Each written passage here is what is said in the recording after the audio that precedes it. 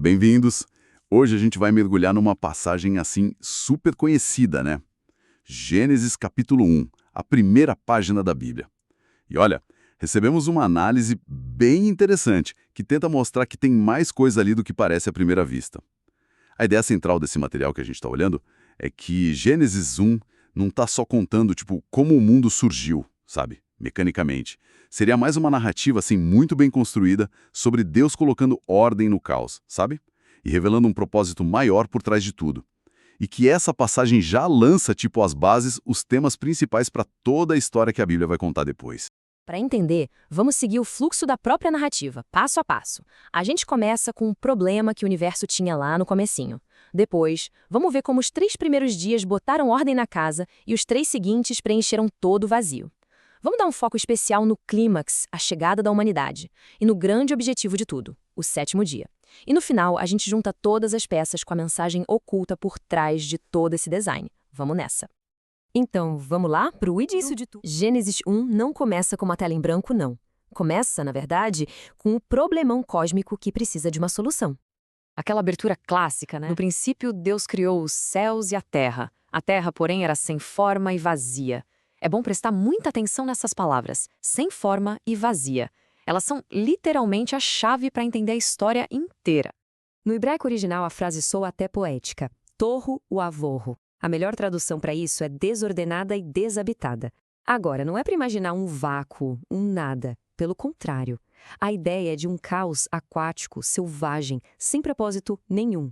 Esse é o problema central que Deus vai resolver. E olha que interessante, pairando sobre todo esse caos escuro e cheio de água, a presença de Deus já estava lá. O texto diz que o Ruach de Deus se movia sobre as águas. Ruach é uma palavra hebraica super poderosa. Pode ser espírito, vento, fôlego, é energia criativa e invisível, prontinha para entrar em ação.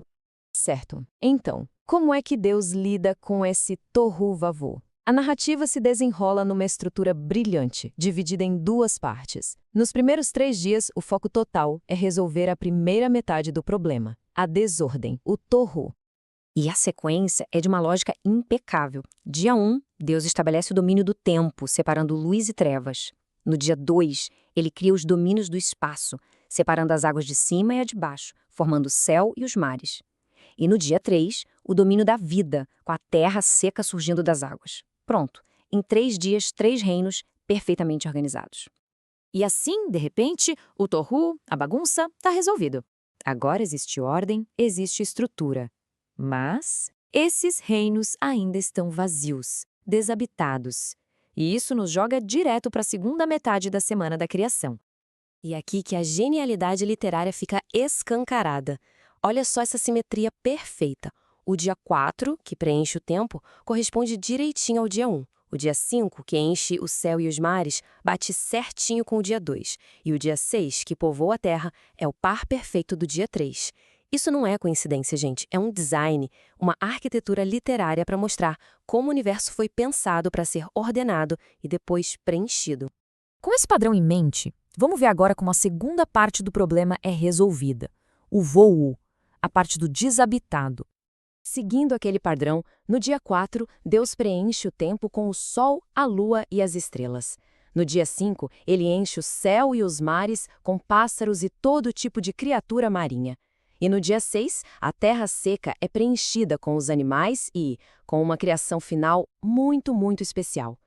E isso nos leva ao grande clímax desses 6 dias de trabalho, a criação da humanidade. Um momento que ganha um foco e uma linguagem que o diferencia de tudo que veio antes. Reparem na mudança sutil na linguagem. Nos primeiros 5 dias, depois de cada ato criativo, a avaliação de Deus é bom. Mas no fim do 6º dia, depois de criar a humanidade, a avaliação sobe de nível para muito bom. Essa troca de adjetivo é como um holofote literário, sabe? Sinalizando que chegamos no ápice da criação.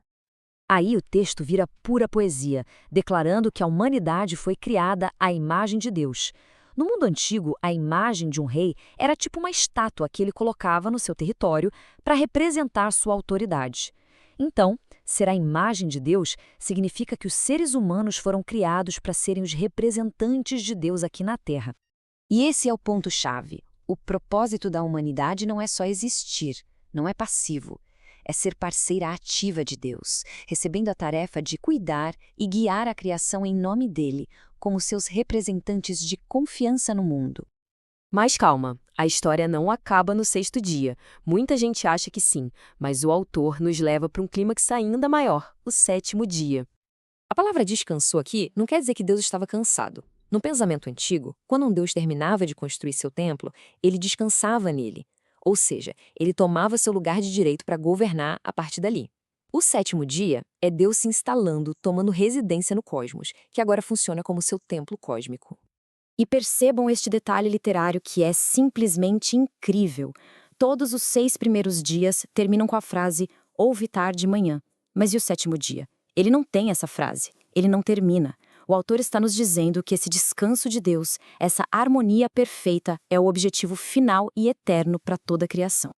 Se tudo isso já parece genial, espere um pouco.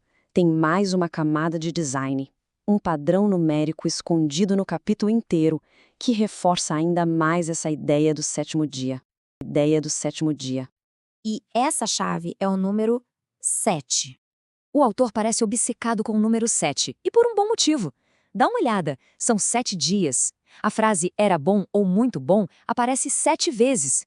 Mas vai mais fundo. O primeiro versículo, em hebraico, tem exatamente 7 palavras. O segundo versículo, 14, ou seja, 2 grupos de 7. E as frases finais sobre o sétimo dia, todas com múltiplos de 7 palavras em hebraico. Isso não é por acaso, é uma obra de arte literária calculada nos mínimos detalhes. Então, o que toda essa arte literária está querendo nos dizer? A conclusão é bem clara. Gênesis 1 não está tentando responder às nossas perguntas científicas modernas sobre como o universo foi feito. Ele está nos dizendo por que foi feito. É uma declaração de propósito. O universo é um lugar ordenado, bom, criado para que Deus pudesse compartilhar esse espaço com seus parceiros humanos, para que eles pudessem governar e aproveitar esse descanso eterno junto com ele. Essa é a grande mensagem. Isso nos deixa com uma pergunta que meio que impulsiona todo o resto da Bíblia. Se Gênesis 1 nos mostra o ideal, o mundo como ele deveria ser, então para onde a história vai a partir daqui? E principalmente, como ela pretende nos levar de volta a esse sétimo dia? Ideia do sétimo dia.